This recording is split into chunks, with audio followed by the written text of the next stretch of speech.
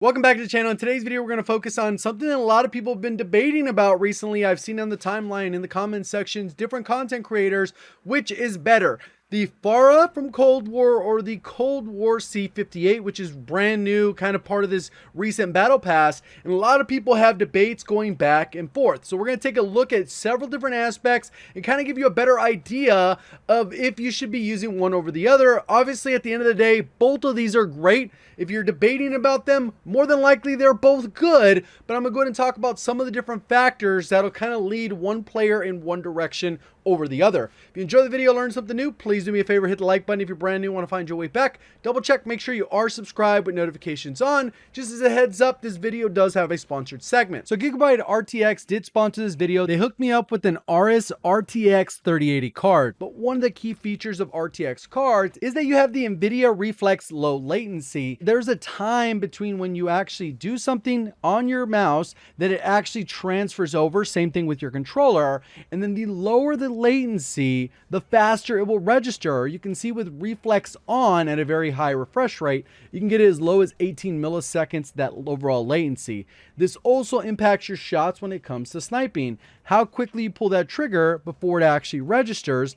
Even though 54 milliseconds isn't a ton, it is enough for you to miss a shot. So lowering that overall latency while using NVIDIA Reflex low latency enabled plus boost to maximize the effectiveness, you're going to get the lowest possible system latency, which is going to help you automatically in game. One other part that helps with this card is the max covered cooling. And there's three different things going on. One is they have these stacked fans, which is going to help from the airflow to be split by the triangular fan edge and guide smoothly through the 3D stripe curve on the fan surface. They also have a wind claw design, which reinforces and channels the airflow to completely cover the heatsink, which will keep those temperatures a little bit lower. They also use alternate spinning, which can reduce the turbulence of the adjacent fans, increase air pressure, and lead to better heat dissipation. And if you're looking to get one for yourself, check out the link in the description to purchase the new RS RTX 3080 card. Thank you to JGOD for sponsoring this video. Welcome back. So one of the biggest things that I think puts this off for a lot of different people is obviously some people haven't had the chance to fully unlock it. Obviously, you got to unlock it all the way, get the max attachments. Obviously, the last barrel, the monolithic equivalent with the agency groove suppressors are always the last one. Then you need a field agent grip, serpent wrap, or elastic wrap, or 3X or 4X optics. So one is a lot of people haven't had that opportunity to do that fully with the C58. So I think that sometimes puts people off. It is full lower loot, so you do get to experience a little bit, level it up if you're trying to go that route. But the Fara has been out for a while, so people have kind of finally gotten their hands on it. They've used it for a while. They like the iron sights, or they like the 3X. They like it in sniper support. So one of the first things we're going to look at is the recoil pattern. I think this is the biggest differentiator between the Fara and the C58. And let's go ahead and take a look at that now. So pretty much what we're looking at here is the Fara on the left with the 60 round mag versus the C58 with the 55 round mag. Keep in mind that you could run this with the 45 on the Fara if you're playing solos, duos. The C58 55 is kind of overkill once we start looking at the data points, but this kind of gives you an idea of what those look like with the biggest mag head to head. And then this is just the negative of that image, so it's a little bit easier for you to see how big the difference is here. And it looks like a smaller difference, but keep in mind this one is firing less bullets. One other thing you will notice with the Fara, as soon as it gets right around the 50 bullet mark, it stops moving and it just keeps hitting the same spot. That's why there's a little bit of a cluster here at the end, and that's kind of what happens when you actually do it. Try it for yourself. The last 8 to 10 bullets or so, just go to that top spot so there's literally no recoil. But 99% of the time you fire the weapon, you are not going to be firing consistently for 60 bullets without any adjustment, without releasing the trigger and pulling the trigger again. It is almost, it never happens unless maybe you're trying to shoot at a helicopter at a distance or something like that. Very rare that you're going to fire 60 bullets at a player. If you're missing 60 bullets on one player, there are some issues. But that kind of gives you an idea of the recoil. Now let's look at some of the data points that kind of how these guys compare head to head. So now we're going to look at a bunch of different things head to head for the C58 versus the Fara. And what you can see right here is the rate of fire. Obviously, we know that the C58 is much slower compared to the Fara, which also means it's more unforgiving. So it requires a little bit more skill and consistency to be able to pull off the consistent TTKs that you're really trying to get here, which is 655. So right here, it's 110 milliseconds between shots versus the 76, which is a 40 millisecond difference or so, which can be pretty big deal when you're missing shots to recover. And I think this is why the C58 is more of a high skill weapon and the Fara is more of a low skill, medium skill, and high skill weapon, because pretty much anyone can use it. And normally the metas that we've had, it's easy to use weapons. That's almost like one of the first criteria, easy to use. Growl, no recoil. Bruin, no recoil, and so on and so on and so on and so on. There's been plenty of these metas where they're just super easy to control, and that's why they become metas, because anyone can use them. The lowest skill player, the medium skill, and the high skill. Versus we have had weapons like the C58 where maybe they're a little bit harder to use, and the average player could use them. Above average players could definitely use them, but low skill players will definitely struggle. And I think that's like the situation with the Amex, where there's people are like, well, how do you guys control it? Well, it's more of a medium skill to high skill weapon. Lower skill players are going to struggle a little bit. So it is what it is. You know what skill bracket you're in. If you need to improve, hit plunder, shoot the wall, figure out recoil patterns. You'll be all right. So what I did put here is the damage values for long range, and all the stuff that we're going to talk about right here is long range damage, DPS, all that stuff, TTK, shots to kill, everything is for long range. And right here we can see how the damage values compare with the Fara versus the C58. And what we have here is the average damage output, regardless of where you put. Basically, you average these four numbers. 42-ish damage compared to the 28. So obviously the C58 is a little bit more hard hitting, but that's kind of what you'd expect with the lower rate of fire. Its DPS kind of holds up pretty well. You can see the 380 average versus the 372.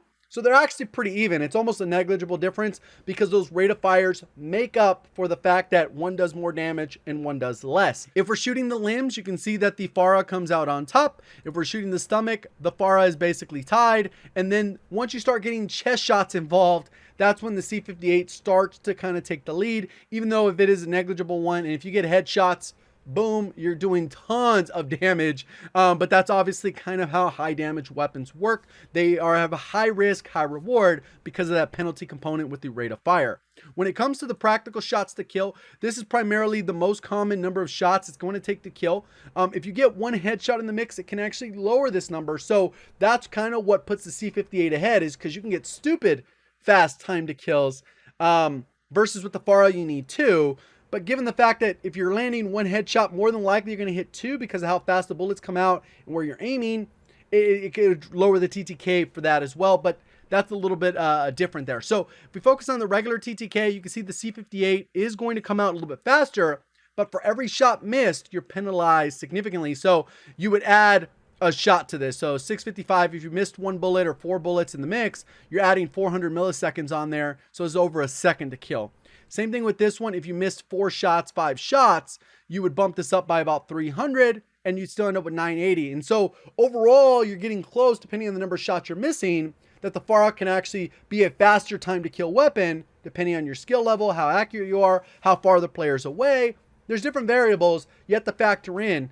When it comes to the biggest differentiator for me, it is this number right here, the average damage per mag. And the C58 has high damage, but it also has the luxury of having a magazine. We've seen several guns where they have the opportunity to excel, but they're really held back by a magazine. We have the Fennec with low bullet velocity, but also a tiny mag. AS Val, tiny mag. Scar, tiny mag. Odin, tiny mag. This is kind of how they're kept in check. Even though their damage per second and damage output is very good, they're basically not meta because of this issue right here, where you run into some issues where your bullets just don't do enough damage to take on multiple players. And the fact is that you'll get caught reloading more often than not when you're trying to push these individual scenarios, or while you're reloading, you got to get to cover and then you can't plate. I mean, you end up with other scenarios that just are inherently part of the problem.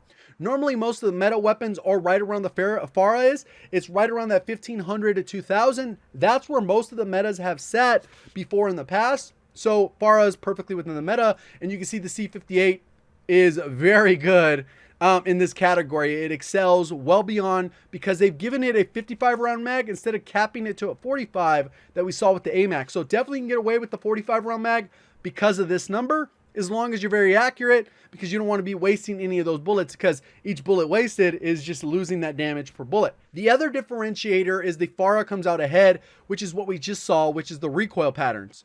It has 44% more recoil than the C58 meta build. Basically, you stack them head to head, you shoot the same spot like we saw, and even though that one was higher, it also had 5 less bullets. So if we had a 60 round mag, it might have gone a little bit higher, or you kind of offset it, and that there is a difference of around 40% there. The other part is the aim down sight. They're both kind of slow, considering that the AMAX was right around 400 milliseconds.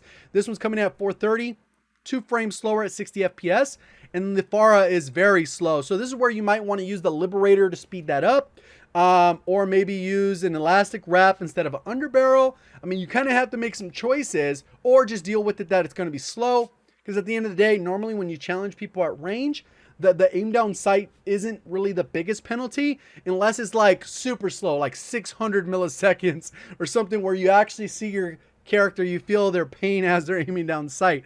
And then the other part that kind of hurts the Fara is the reload add time. So if you have at least 1 bullet left over, you reload, and then by the time that little number changes on the bottom, that's how long this takes. So 1.4 seconds versus 2.5, a whole second difference. And that's another advantage to the C58. But what does all this mean? At the end of the day, what it's going to come down to is this number. Can you manage the recoil? And are you able to manage with the rate of fire? If you can manage both of those things, C58 is hands down the better weapon, based off the data, based off using it, based off all the scenarios that I've played with it. The C58 is hands down better than the Fara. It's just sometimes it can lack consistency because of this issue and this issue here. So with that being said, let's go ahead and jump into some class setup. So pretty straightforward for the C58. We're going to use the Agency Suppressor, Task Force, Field Agent Grip, 55 round mag, and then we have the 4X optic. If you want to be a little bit faster, you can go with the 45 round mag. If you wanted to get a little bit better aim down sight, and still get vertical recoil control with the same amount of bullet velocity, you could go the Ranger. So those are a couple different ways you can speed it up. But again, it's going to come down to skill level. If you feel like you're comfortable hitting your shots with these attachments modified, then go for it. Not everyone's going to be able to do it. That's why I give several options in the videos, so that depending on your skill level, you try it and you be like, yeah, that's not it. Boom, we'll try another one. All right, that feels better. Or, you know what? Let me try the other way. It feels a little bit slow. Then you kind of mix it up. We have the same thing with the Fara, pretty much the same exact build with the 3X instead. For whatever reason, it's been a little bit more popular. People are using the 4X. With this particular gun, it just happens to work really well for it. I haven't spent enough time playing with it to really feel the difference, but a lot of people are really standing behind the 4X over the 3X when it comes to the C58. This one, Grew Suppressor, Spetsnaz barrel, RPK barrel, and then you could go the Liberator for faster aim down sight. And then we have the Spetsnaz grip, 60 round mag, and then the 3X optic. You could get rid of this one. Obviously, they nerfed the recoil, so it's a little bit harder control. You could go that way if you really care about your aim down sight, but it really depends. That is more of the meta build for both of these weapons. Let me know which one you guys like more down in the comment section below. If you enjoyed the video, learned something new, please do me a favor, hit the like button. If you're brand new, want to find your way back, just double check, make sure you are subscribed with notifications on. Appreciate all the support. Thank you for watching. As always, have a great day.